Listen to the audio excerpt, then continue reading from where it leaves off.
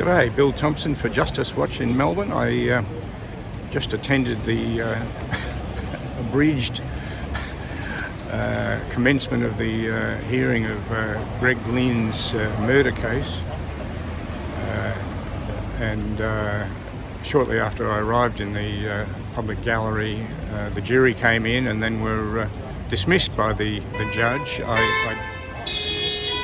don't know any of the background of that, but there was discussion between the judge and various counsel about whether they could recommence the trial on Monday, and I believe the consensus was that they may be looking at a recommencement on Tuesday.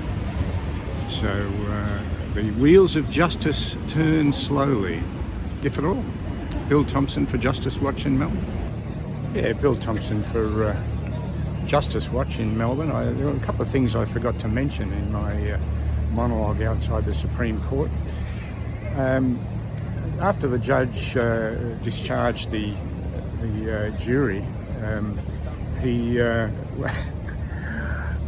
commented on a couple of matters, and he was speculating that the matter would be returning to the Supreme Court on Monday. And he said 10 a.m. on Monday, and his assistant got up from the seat in front of him and whispered something, and he said, I've just been reminded that the court doesn't open until 10:30. Then there was discussion with the counsel at the benches down below, and one of the counsel suggested that maybe recommencing on Tuesday would be preferable to give more time to go through things.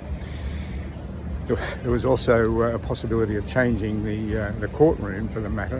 There was some concern about a potential 14 jurors being required to commence hearing the matter, maybe in case there was some reduction of numbers at some stage during the impending trial. And there was concern about the size of the jury box in various courts, so we'll see what the courtroom is selected eventually. He referred to some comments that he had made yesterday. I guess there was a hearing about this matter yesterday, and he made reference to skeleton. And I have no idea what that's supposed to refer to. But he went on to mention the indictments where the victim, Mr. Hill, would be referred to as the first, and the victim, Mrs. Clay, would be referred to as the second victim. And then there was some...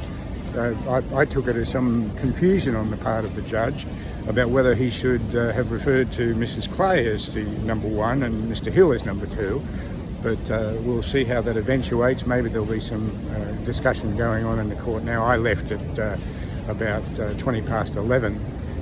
It was supposed to recommence at 11:45, and given that nothing was going to happen today, I decided to call it quits.